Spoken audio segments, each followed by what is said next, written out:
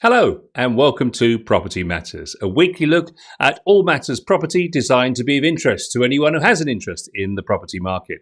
And Property Matters, of course, is supported by Fairview International Property Consultancy and Town and Country Property Auctions London.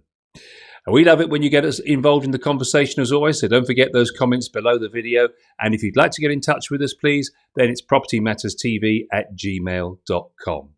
And of course, don't forget to subscribe and all that good stuff so that you get notifications of when we go live every week. And joining me, as always, of course, is our property expert, Joe Joshi. Good morning on this beautiful sunny morning, Joe. Good morning, Paul. Yeah, it's lovely. The weekend's been good for a change. No rain makes all the difference. Sun is shining, so that's good news. And just quick thanks for Bob last week when he joined us as well. With some really valuable information, and we're always appreciative of our colleagues that join us and gives us some insight other than having me on here week in, week out. I'm sure it kind of adds a little bit of flavour to it. Absolutely. It's such a dynamic market, the mortgage market at the moment. So, excuse me, it's really, really good to get someone with a real knowledge of where it right is at this very moment. So, thank you to Bob, and I'm sure Bob will be joining us again in the future. Let's have a look at some news this week, Joe. This is the story that I suppose we would have expected to have finally arrived on our doorstep. Half of UK homebuyers who bought during the pandemic now regret how much they paid for their property, says new research. Well, there's a surprise. On top of financial regrets, almost all pandemic purchasers felt rushed into buying their property, meaning that they missed problems in the viewing, things like poor plumbing, damp or mould, noisy neighbours, busy traffic. This is a survey by Aviva, 2,200 people, including 500 of those who bought since March 2020. And what's really interesting in this, Joe, is that 2/3 of these people bought via a virtual viewing, so didn't actually even visit the property. There's got to be a lesson in there somewhere, hasn't there? I think considering that it is the most important purchase that anybody ever is likely to make in their entire lifetime, the single most important purchase, it is quite frightening to see the number of people that have taken the risk in doing virtual viewings. I understand where we were with the pandemic, and it meant that that was the only route. And of course, the market was rushing fast forward, and I think people were sort of feeling that they didn't want to be left out and miss out on the opportunity, and so subsequently perhaps made decisions that they would normally not have made. Hence the survey report that is now coming out. The facts are the facts, and people do really should take their time and go out there and look at the properties thoroughly. But because of the way the last 18 months was, and just generally, I think the market, I think people felt that they were going to be missing out, and so made such decisions like the ones that they have. Not all are probably regrettable. I suppose if you really want to pick it out, some of those subjects that you've covered out, poor plumbing, etc., are kind of standard, in anything. Don't want to sort of liken it to a car, but when someone's selling a car, the chances are there's some bits that are about to go wrong, and they think, well, I'll move it. And so houses, there's always some things that need doing. As they say, a home is not complete. No matter you finish one job, there's always another one started. So there's always going to be things in there that people are going to say, well, actually, I missed that. But the main thing is that, they were able to wear the home, which they haven't been able to whilst the pandemic, because they haven't been able to actually go in and see it themselves. And I've always been an advocate of people being able to wear the home. And that, what I mean by that is that you walk into a place and you normally know whether it's going to be right or wrong for you. It's just like a sixth sense. It just tells you, and that's what I call it wearing. It's like wearing a comfortable coat. You just know it's perfect, and that's the same thing with a home as opposed to a house. So, but unfortunately, during the pandemic and obviously the way things were, it meant that they couldn't actually have an internal viewing. That was also a scary moment because we went through a lot of that. The tenants didn't want people coming in, And if you were a tenant, I would agree with that, especially when COVID was spreading like wildfire. Nobody wants you to bring it in. So it was a really, really difficult choice to make. But I'm sure whilst, some people may have regretted some of those choices, the one good thing out of that is that they managed to get onto the property market, onto the property ladder. And remember, I've always said, you've been in neutral or drive, but very rarely it's going to go reverse. So you've got a chance to be able to, at least get in and get on. And 18 months, 2 years, 3, 4 years, whenever that time comes, you'll be able to sort of either rectify those issues or move on to another home, which you may have time to do so.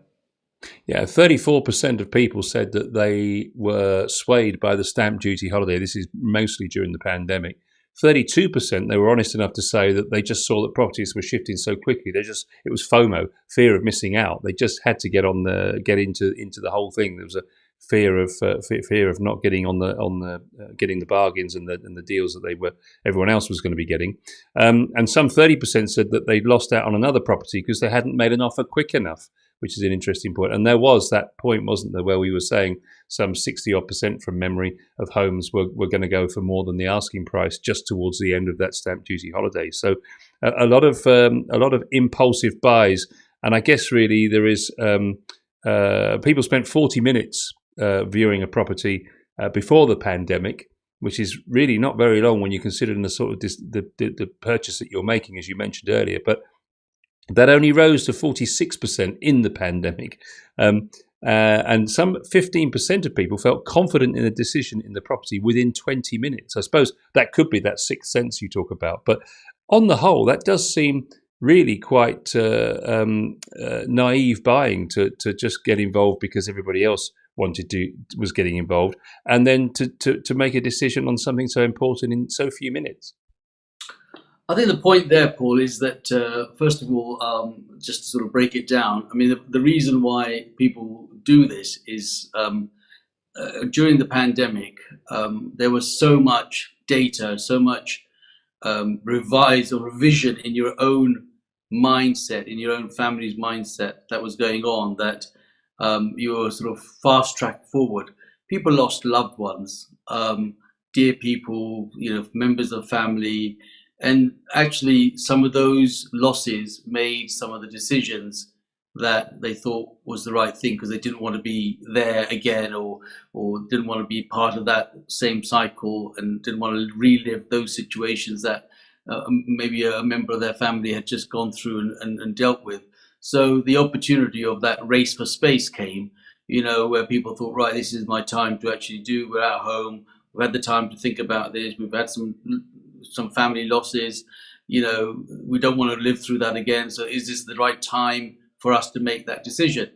And so they made those decisions by going out and saying, should I look around, and maybe I could actually sell my house? And because the market was running with them, the value of their home was good. And you often heard me say that, we gauge our wealth by the value of our home. So obviously it gave them the chance to say, I've got equity in this. There's a chance that I can actually move to another area now. My job has actually meant that I've been working from home. My whole lifestyle has changed. There was a whole bunch of things that were just thrown at you, and all of a sudden you were thinking, what do I do? Which way do I go? Is this the right and that? I think there was a lot of that going on. On top of that, the rules meant that we couldn't actually get in and view them. The interesting fact there you pointed out is that it took 45 minutes in the first viewing and 46 minutes during the pandemic. The fact is that in all the time that I've been selling houses, that if you have walked into a place immediately, whether it is for you to live in and your family to be there, you just know, which is why I bring that subject of, you know how to wear it. It fits around you, it's snug, and you feel happy immediately. And normally that doesn't even take 40 minutes, Paul. It's within the first 10, 15 minutes, if that, really. And you just walk through the front door, the living room, and immediately you start to think, I can live here. I can see my family here. I can see my sofa there. I can see my TV going here, etc., etc. So all of that starts to come through. And so it doesn't take that long. Don't forget the average house size if you think about the average house terrace size was 997 square feet, it wasn't even 1,000 square foot. But it doesn't actually take you forever to get around. I mean, if you had a mansion or something, it might take a bit longer. But other than that, it wouldn't take a long time to get through either an apartment, or, 2-bedroom, 1-bedroom studio. In a studio, you can imagine you walk in, you step in, and you look around, and you think, okay, well, this is it. So Good it's point. it's not going to take forever. But you're right in saying that it takes it's a big decision. It's one of the biggest decisions financially, mentally, physically, and actually with a checkbook you're going to make, to say that I've bought a 150, 200, 300, 400,000 pound property, and I viewed it, and it took me 45 minutes to make my big decision. But actually, if you look at the space and the time it takes to do the things that we want to do, it's not unrealistic. It's not unreal. But people do, I've seen people walk in and walk straight out and say, "This is not for me." And then I've seen other ones that will just, you almost want to say, "Well, shall we leave now? Or do you want to make a cup of coffee and put your feet up?" You go from one extreme to the other, when people get really happy and comfortable, and they start planning the color of the wallpaper that they're going to have, or whatever is going to go on. So it is this combination, but it is interesting to see that there's not a huge amount of time that is spent given that. Now, given those circumstances, and given the circumstances of the pandemic and virtual viewing, I think the only thing that was missing in that is that point of, aura. Does it feel right? Does it fit with what it is? And that's the bit that's probably missing. But because you can't, and I for one, an advocate of people visiting and going. At the very least, go to the location and get a feel for your surroundings. Yeah, because the inside you can always change. You can't change the outside, indeed. Interesting. Last point on this, Joe. 23% of people who bought since March 2020 paid over the asking price. Before March 20, it was just 12%. So that's really interesting, isn't it? Sorry, 8%, I beg your pardon. So 23% of people paid over the asking price since the beginning of the pandemic, whereas it was only 8% before the pandemic. That just shows, whether that's the craziness or the impulse nature of the stamp duty holiday, or whether that's something to do with the pandemic, who knows? But nearly 3 times as many people paid over the odds from March 20 onwards. I think it's primarily, Paul, because they had time on their hands to deal with it. That's what happened. All of a sudden, they had time on their hand. There were too many opportunities, like the stamp duty, like moving away, like family issues, all of those things, sort of put together, gave that time and thinking, well, shall I do this? And it's so much easier now, isn't it? I mean, I come from a generation of having to have the property paper delivered through your door on a Thursday or a Friday and then flicking through. Today, it's in the palm of their hands, and you're sitting down there and you're just flicking through and thinking, well, that looks nice, or shall I look at this one, or let's go and view this one, and then on comes everything, the virtual tour, the whole shebang, and it's not difficult to be drawn into it. And of course, everyone's ultimate wish is to own their own home, and because of that window of opportunity does rise, and I think that's been part of the driver. I don't think they'll have a regret. I understand the survey, and I understand that it makes immense reading, and people start to look at and rethink that. But I actually don't think they'll actually long term regret it, because getting onto the property ladder, the run of the property ladder, is one of the most important parts of your journey. And if you're on it, stay on it and try and make sure that you can move around on it as well.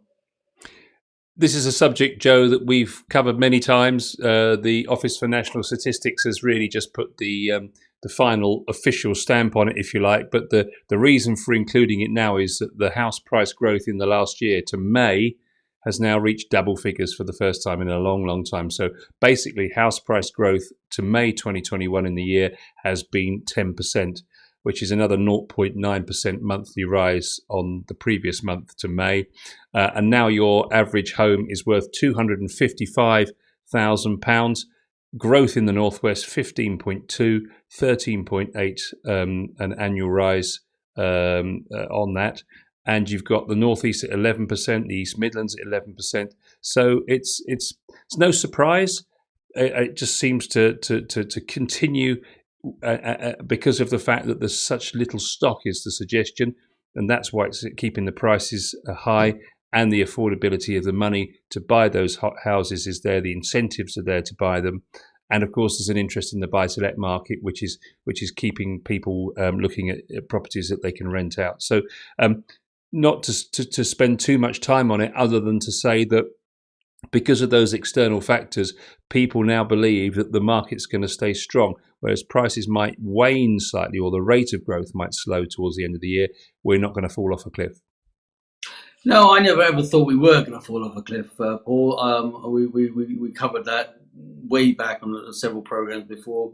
I'm a firm believer that we're going to have a correction. That's natural. There's always a supply and demand point that comes into these things. The demand has been high, the supply is limited.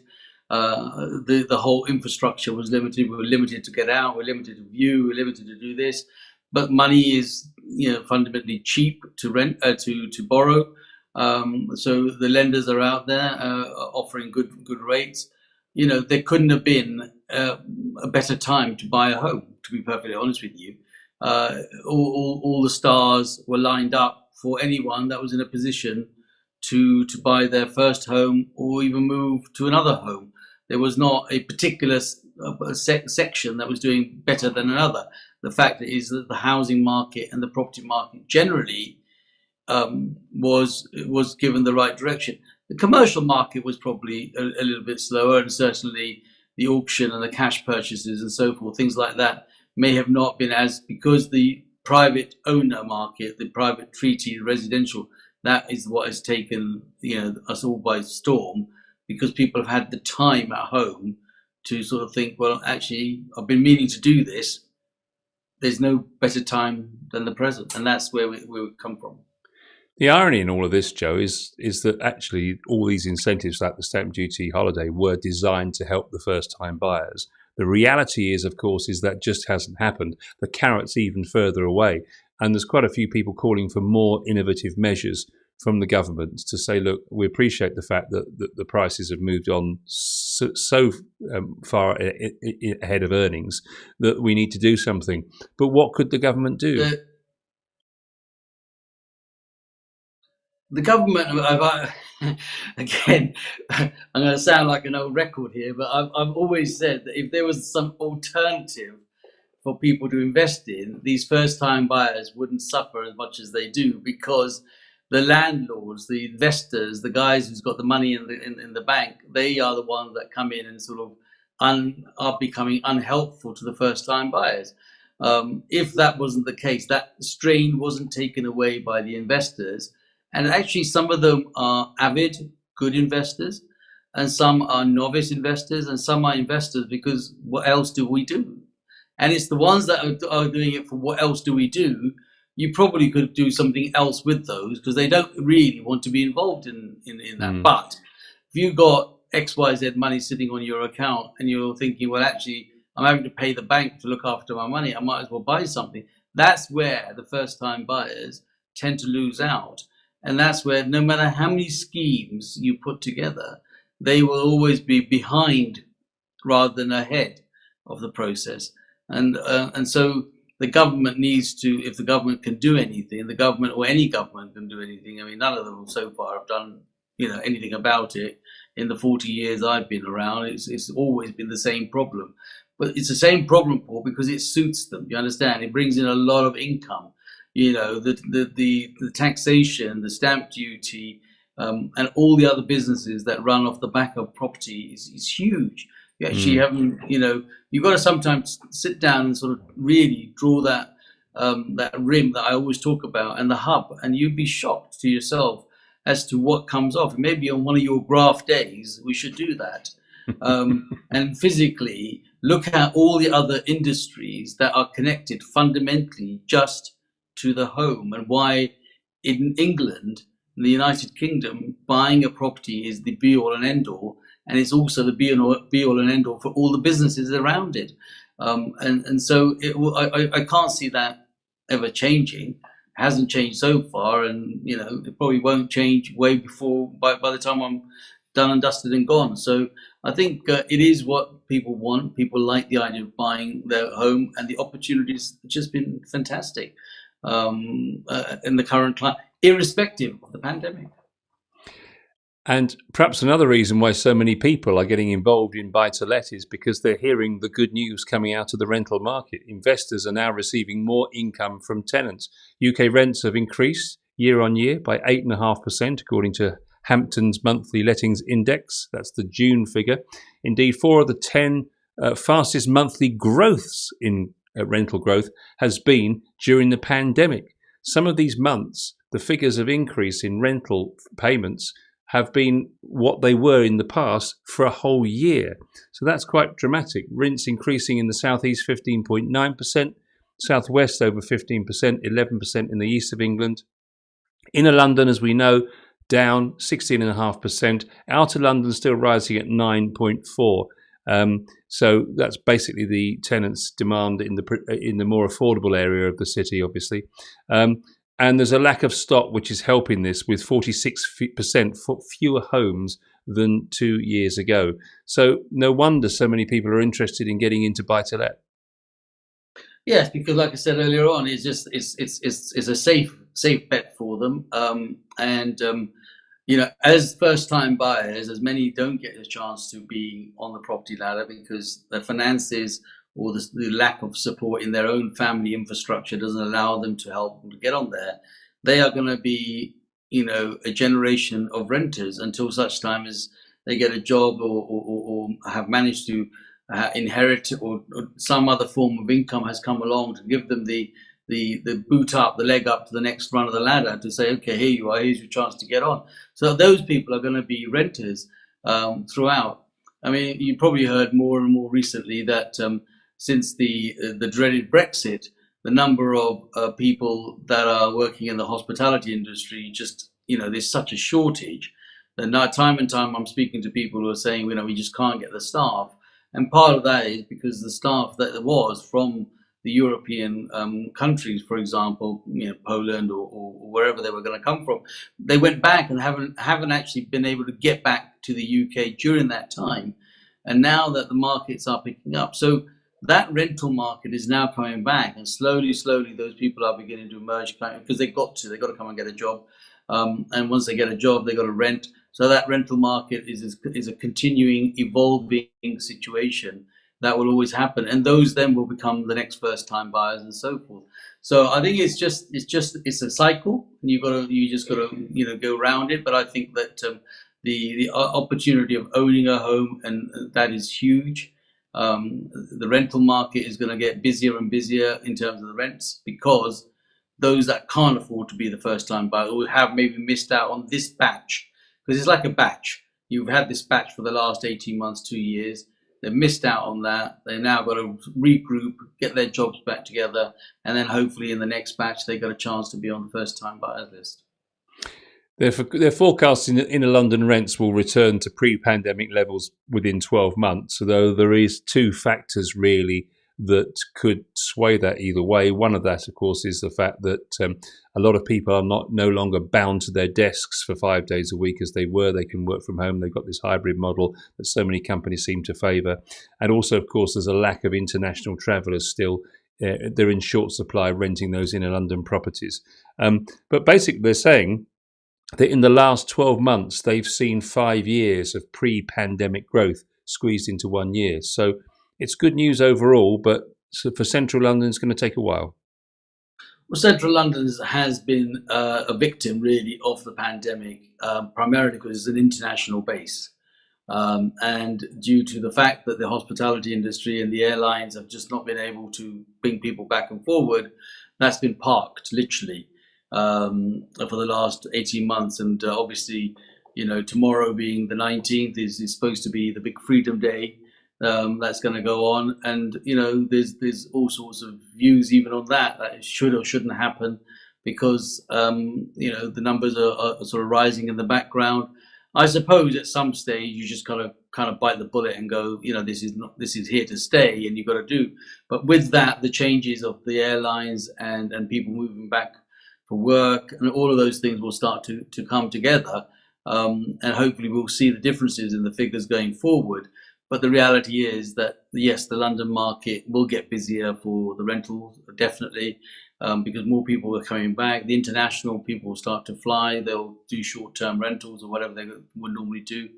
And the market will start to, see a rise. Historically, it's been a ripple effect. If London was doing well, you saw sneezed in London and you got caught a cold in, somewhere else. But scenario here is that if people see London start to do well, then the outer skirts will start to gather pace. But for the time being, it probably could do with a bit of a breather, because they're probably thinking, we just, these prices are running away to double-digit figures already, and will the first-time buyers ever catch up? That's just for us to wait and see. But I'll go back to my point. You can't. There's no better investment than property. It will be interesting, Joe, to see how history views the government decisions and actions over the pandemic, with things like the Help to Buy and the stamp duty holiday. Because the reason I say that is our next story has done exactly that. History has judged the right to buy policy, which of course was introduced, as you well know, under a Housing Act in 1980 by Margaret Thatcher, which famously enabled social tenants to buy their properties at discount. And the reason this story has hit the headlines is because the Mayor of London, Sadiq Khan, is going to now provide boroughs with funds to buy back council homes sold under the right to buy. Why would he do that? Well, he's got 4.8 billion for this affordable homes programme, which is going to run until 2023. While councils can bid for grants to either buy existing homes or build new ones, depending on which makes local sense for them.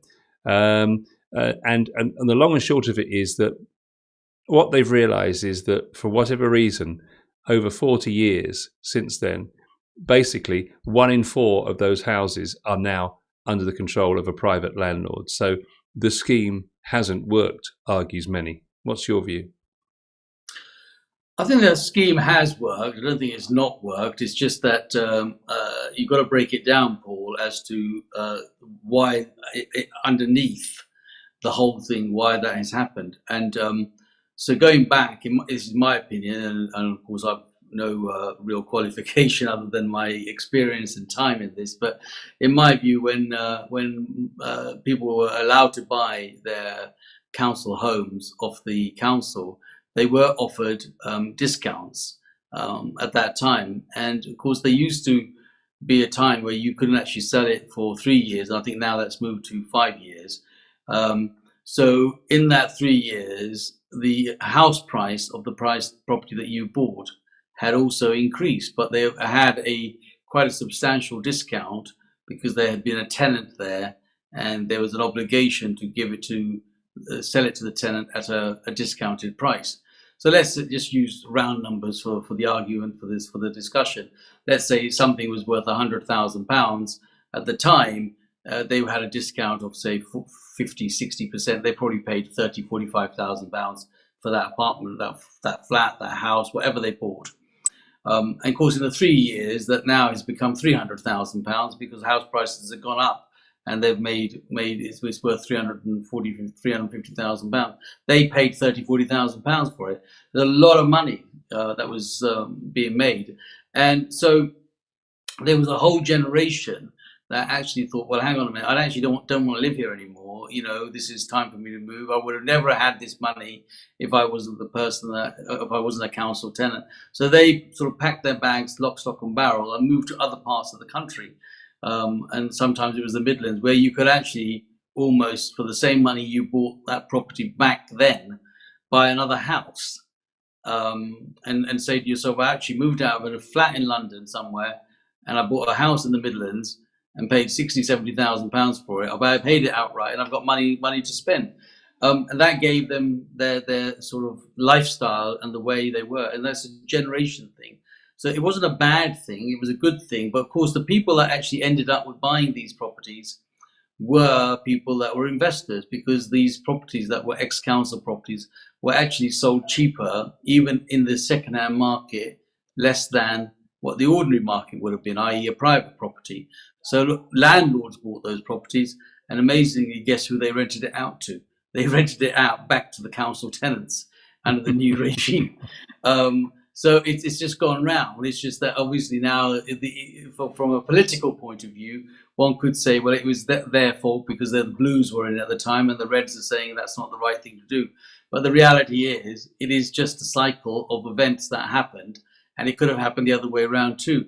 But I've always thought that councils should buy back, or more than buy back. They sit on so much derelict stock that they just don't do things with. I know of councils that have had properties lying in the roads, in the main roads, which they've bought because they were going to road widen the scheme. So they used to do compulsory purchases of a whole row of terraced houses because that bit of the roads was going to be stretched. So they needed to nick a metre, 2 metres off the front of that house in order to have a road widening scheme. And during that period, they would have these houses lying empty instead of saying, okay, well, we'll take the metre that we need off and refurbish them and rent them out. They'd be sitting there destroyed. A prime example of that, and if you actually now travel ever down to the M40 going into London, for many, many years, I think probably 20, 25 years, there must have been houses along that A40 going into London that just laid as derelict houses, owned by the councils, which they could have actually brought back into use, but just felt that it wasn't possible for them to do. Yet they'd find the money to go out and buy another block or take a Section 106 from a builder and take some more flats when they had good housing that they could have quite easily refurbished and put people back in. So sometimes they actually don't look in their own cupboard, Paul, and say to themselves, actually, we've got enough stock here. And I think if they really did look in their cupboard, you'd be surprised how much stock is there, which is not, it's just out of use. It's just sitting there doing nothing. I mean, there's a park near me that, there's a house there, it's sat there, and I've written to the council myself, I don't know for how many years, and nobody wants to know anything about it, but it's lying derelict. Of course, the Right to Buy scheme was relaunched in 2012 by David Cameron with a vision to help owner-occupiers, but that just made the number of private landlords raise to 40% of the homes. But there's a quote here, I think it may be attributed to Sadiq Khan. It said, in the midst of a housing affordability crisis, it feels grossly unfair and unjust that more than 1 in 4 council homes sold through the Right to Buy scheme in London are now in the hands of private landlords. And you've got to see that point there, really, in some respects, because it is interesting how we now want to reverse the whole thing around the other way. Yeah, but that's generations of governments. Each one comes with a scheme. What I'm saying is that they did that, and the reason why it's ended up in private landlords is because they were cheaper investments. But the irony of that is, if Sadiq Khan wants to really look in the cupboard, is how many of his current tenants, council tenants, are actually renting the same council properties that were sold to the private landlords. You'd be quite shocked. He's actually paying the rent. His council is paying the rent for the people to live there in what he's saying he wants to now go and buy in the current place. So I think, like I said earlier on, that, sometimes if these councils actually look in their own cupboard, they might be pleasantly surprised. They've got plenty of stock. They just need to revisit it and get it brought back into life. The other side of the argument, just to be balanced about it, is that fundamentally fixing Britain's housing crisis is all about building more homes, delivering a range of homes at different price points and tenures, including both markets and affordable rents, as well as houses for sale. Yes, of course, and that's very, very important, very valid. I mean, there is not enough stock being built. We're always behind the times in trying to build. There's always going to be people that want to come here and settle in the United Kingdom, and not everybody is going to be looking on a council list to do. They want to buy, but unfortunately, the planning laws have been such that, again, goes back to the local council. The planning laws are such that it actually drags the system. So that's where the bottleneck is there's got to be a way to get this fast tracked, so more homes, more affordable homes, can be built in a shorter space of time. We're talking about people getting into buy-to-lets. We've been exclusively talking about the residential side of that part of the business, But what's starting to emerge now, and we did touch on this when we thought about all those empty office blocks. What are people going to do with all these empty office blocks when the companies won't have that many people coming back to work anymore, to work in their buildings? And now we've got this new opportunity, which a lot of people are looking at. And I thought it was just worthwhile discussing this briefly today about semi-commercial. So in other words, going into something like a buy-to-let situation, but doing it with a mixture of either residential and or commercial. So it's an interesting thing, the newsagents, the hairdressers, the small supermarket, perhaps with some flats above, that kind of investment. People are starting to look at that, and the suggestion is that the returns could be more fruitful than they would be in the residential market. What's your thoughts? The combination of shops and residential uppers has been there forever and a day. It's just that probably wasn't an exciting investment because not everybody wants to live above the shops. And it's but now what they've done is that, so as we said earlier on, there was the number of offices that were lying empty. Those offices have been converted under the government's prior approval scheme to be made into residential properties, studios, flats, etc. What's happened is because of the number of retailers having a change of heart in how they're dealing with the high street in itself is having a huge change. So the only shops that you will see are the things that you just can't buy online. So anything you can't buy online or visit or do online is the only businesses that are going to be there. So you can actually order your takeaway, but if you actually want to go and sit down and eat somewhere, you've still got to go to a restaurant, you've still got to go to a pub to have a drink. And even that, gradually people are sort of being able to deliver beer to your house, so it's all going to come that way. But a lot of shops became empty because the high street has kind of died. And it died because, again, some changes that happened when outside shopping centres were created, primarily for parking. So what we never learned from it is that to create better parking in the town centres, instead we created these new out-of-town shopping facilities, and the major stores started to move out to the out-of-town shopping facilities because human nature says we want to park somewhere easy and go and walk to the shop, get our things and walk back in and drive away, which is why drive-through eateries came through and banks and so forth came in, because human nature said we got lazier. Now what's happened is there's a lot of shops that are lying empty, and so the government is now allowing, under permitted rights, to some of those shops to be converted into residential, and maybe having a smaller unit, more like a kiosk type of thing, or a booth or a stop shop where you can maybe go and order something if you wanted to order it, but you don't actually need to stock thousands of pounds worth of goods, etc. So it's a variety of those, but the shop and the upper has existed for a long time. What now is coming forward is what they're doing with the shop part. Are they combining the shop part with maybe making it smaller commercial and creating maybe another residential? So if you had a 2,000 square foot shop, for argument's sake, nothing stopping you sort of putting 1,000 square foot of it as a shop, and then at the back of it you create another apartment, because 1,000 square foot of apartment is a nice size apartment, a 2-3 bedroom property at the back of it. And so that combination of income and rent does actually give a better yield, a better return on anyone's investment that they're looking at. But of course, if anyone's looking to do that, obviously come and talk to us. But more than anything, I'll make sure you check with your local planning authority that it falls within the categories that they say they are. Other suggested examples might be a guest house with accommodation for the owners, public houses with self-contained accommodation, or buildings with a combination of flats and offices is, of course, the one that I suppose has grown more popular out of the pandemic.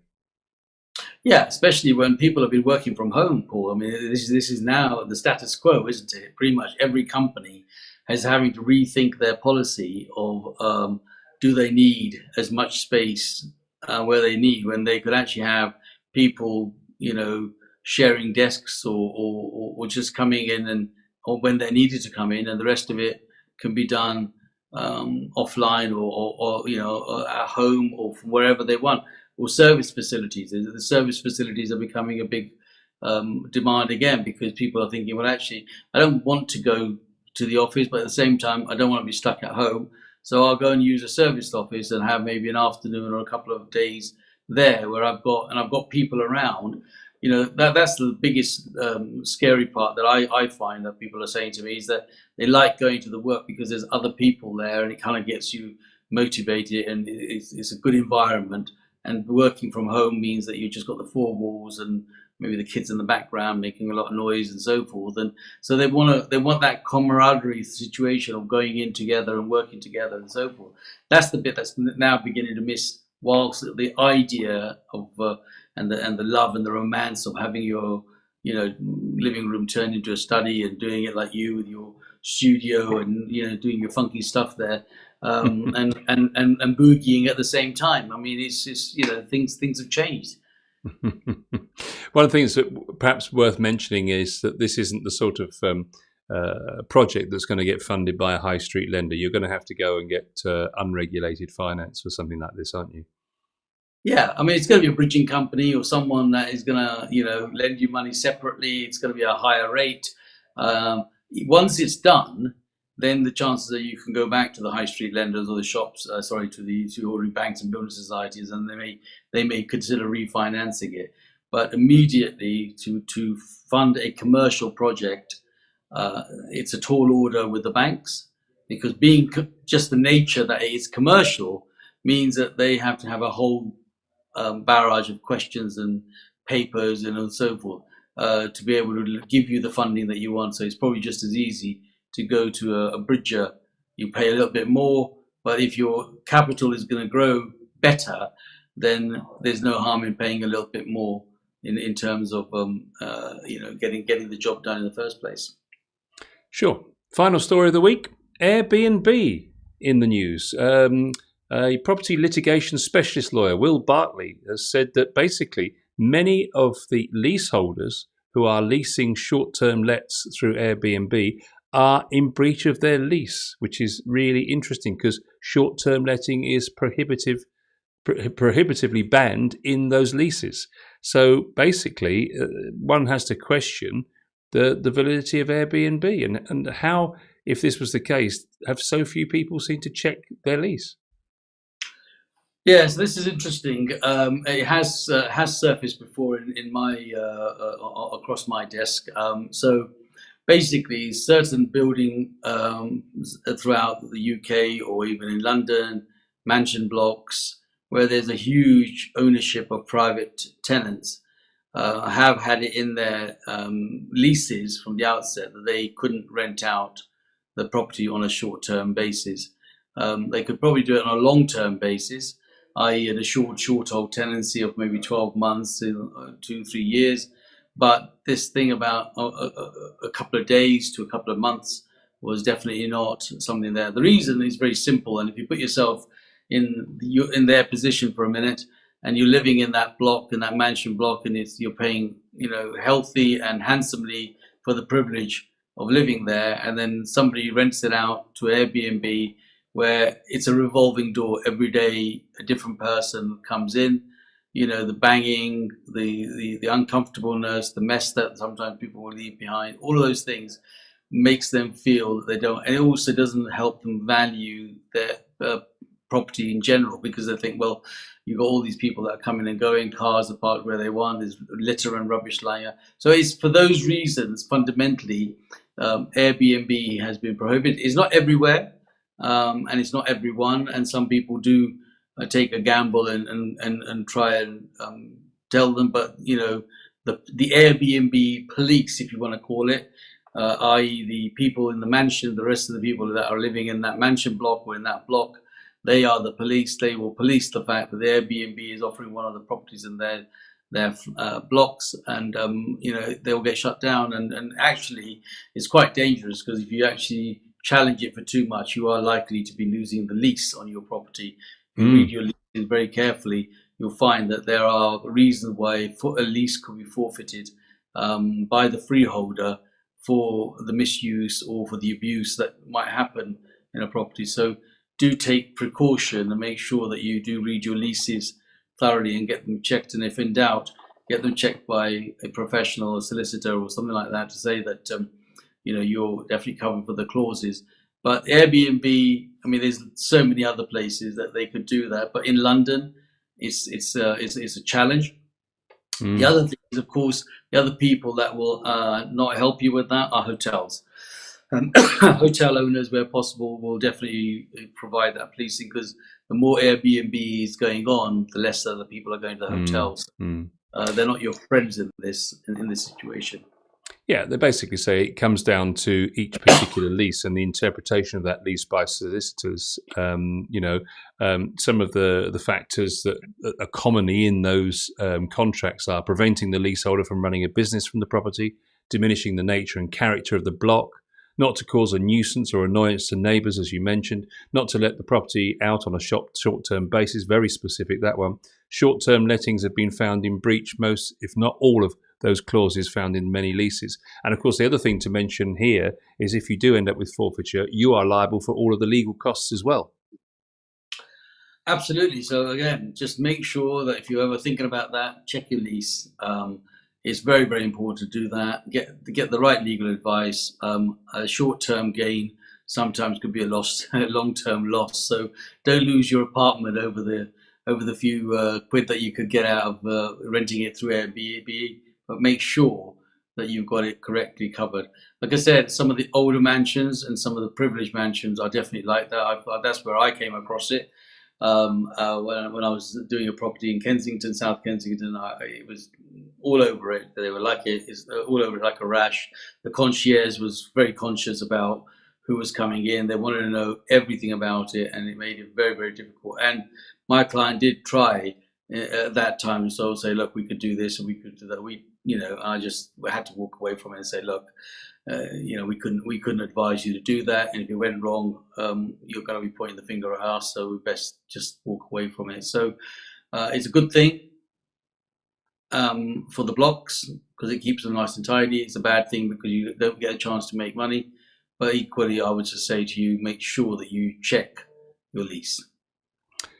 Wise words as always, Joe. Thank you. And here's a property of the week this week, which I thought we'd look at. And let's go north the border to Falkirk and into the High Street there. You've got an interesting development there, talking about semi-commercial. Yeah, so this is an interesting opportunity. Falkirk is kind of betwixt the two, really. Glasgow and Edinburgh. It almost falls central. It's about 20-odd minutes either way.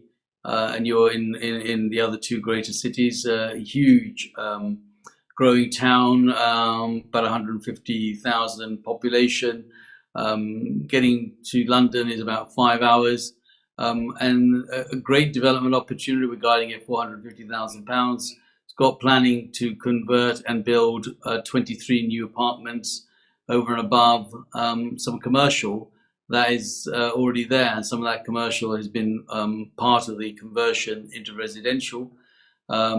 So a great yielding property, great yielding product in Scotland, a new venture for me. New laws in Scotland, and not new laws, but different laws in Scotland in how to deal with it. But of course, under auction terms and conditions, we'll be putting this one under the gavel on the 27th of August. So anyone that's looking to invest in the north, and certainly not far from Glasgow or Edinburgh, give us a call and we'll be happy to sell it to you. Just transfer the money. That's it. It's job done. Guide price of 450,000. 450,000. Fantastic. Amazing, really, isn't it? 23 flats, and a shop downstairs bringing in about £30,000 a year rent already let out on a long-term basis. So it's a good investment, good return, and good future for development. Thank you, Joe. That just about wraps it up for this week. Thank you, as always, for your infinite wisdom and thoughts on our stories. And thank you for watching. I hope you enjoyed the conversation, and thank you for your contributions. We're always willing and eager to hear from you every week on Property Matters. We'll see you again, same time next week, 10 o'clock on Sunday morning for Property Matters.